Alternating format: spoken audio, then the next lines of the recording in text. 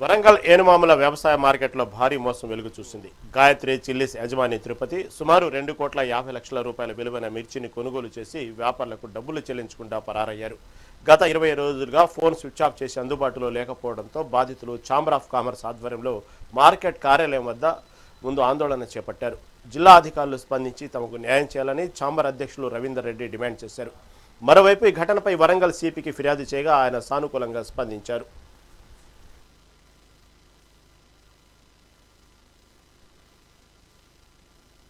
ఎందుకు మీరు చర్యలు తీసుకోలేకపోయింది? ఛాంబర్ ప్రతినిధులు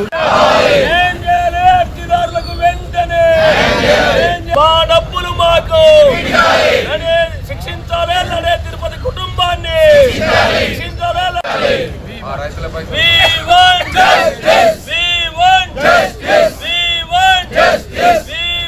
నడే తిరుపతి నుండి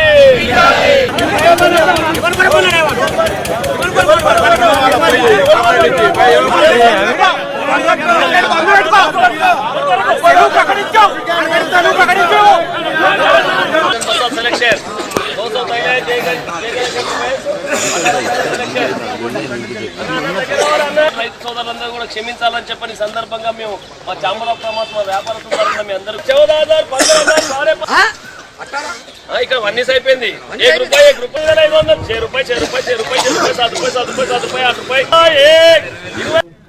ఏనుమాముల మార్కెట్ లోపల నడే మాధవ్ అని లేడీస్ పేరు మీద నడే తిరుపతి భర్త లైసెన్స్ తీసుకొని ఒక 3 వారాల లోపలనే 2,50,00,000 మరి ప్రీ ప్లాన్డ్గా అంతకుముందు జమ్మికుంటలో చేసిండు.